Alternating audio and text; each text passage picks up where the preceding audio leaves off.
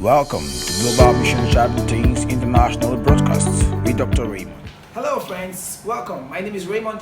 I'm the president of Global Mission Teens International, and today I will be talking about parental responsibility part 7, and my focus is parental fulfillment. Now, every parent wants to be fulfilled. Every parent wants to be satisfied. Every parent wants to have a responsible child who is grown, fully productive, fully responsible, one who brings reward back for all the time spent, all the energy invested, all the sleepless nights, and all the heartaches. A parent wants to be fulfilled. Every parent wants to be fulfilled. Now, the path fulfillment is a very challenging and taxing one, but it's something that is achievable. We've seen situations where parents invest so much in their children and they end up poorly. We've also seen situations where parents invest so much in their children and they end up in the wrong relationships and end up in wrong marriages. We've seen situations where parents invest so much in their children, invest so much in their education through primary school, secondary school, and they get to university and they get themselves screwed up in one cult or the other. And other sequelae follow. Death from counter-cult attacks, insanity from chronic drug abuse. Sometimes they even get rusticated from school. That is not a part of fulfillment. We've seen situations where parents work so hard initially and eventually one thing or the other happens. They lose their job or they lose their means of income and the child ends up roaming on the streets, helpless, not being able to further their education. Now, what is a part of fulfillment? How can you find fulfillment as a parent? I'm going to give you some points here. Number one, to find fulfillment as a parent, you must build a solid security system around your children.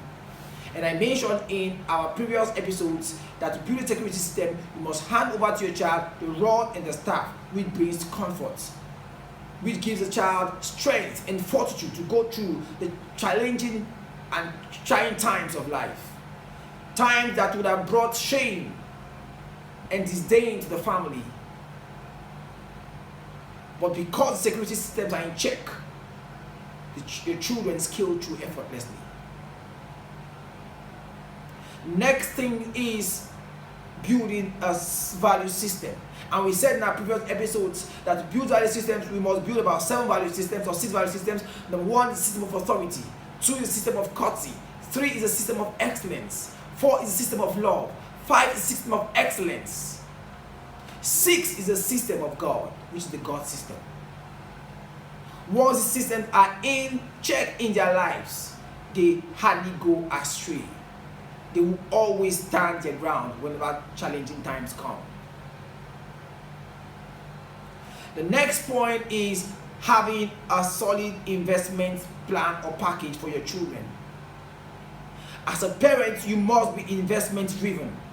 You must invest in real estate, invest in land, invest in things that appreciate over time. Gold, silver, diamond. Have a standard foreign currency account for your children if you have the means.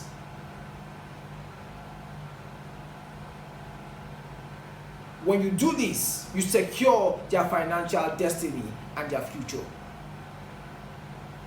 The next thing you should do as a parent is to have a savings plan and an insurance plan for your children. Child education fund for their education in the event that you're not around. Health insurance plans for their health. Another savings plan. And the benefit of having a savings plan is, number 1, you teach the children how to save, which is one difficult virtue to cultivate as an adult.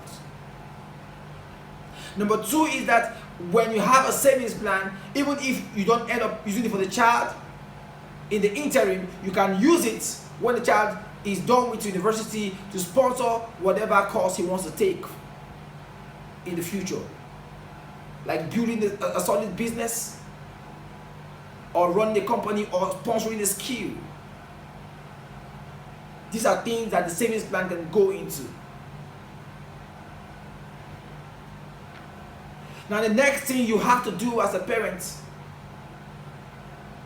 is to plan to leave an inheritance for your children.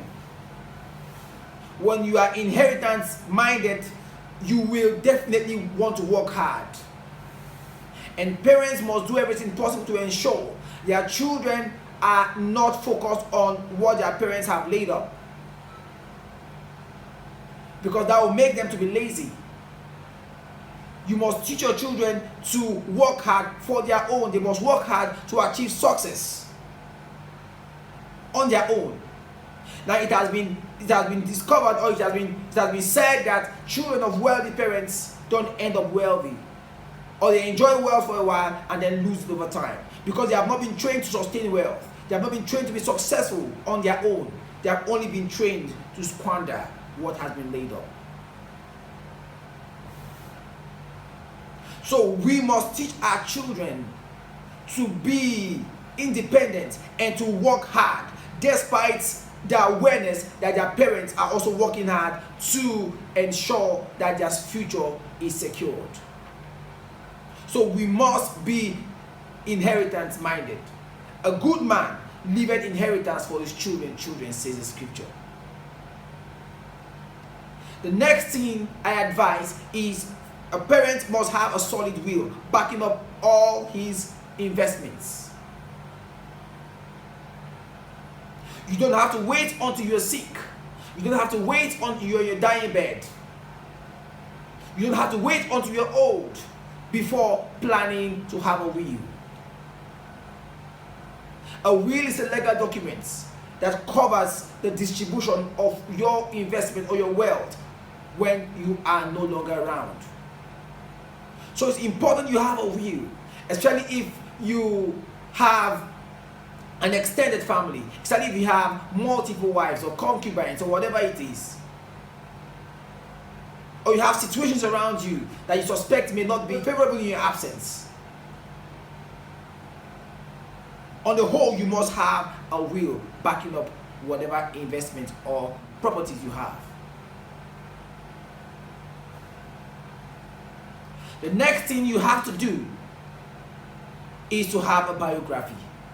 Biography will help to tell your children who you are, what values you upheld, how you attained your success, how you made your own wealth, how you made your own money, how you became successful. It can also contain pieces of advice, success tips.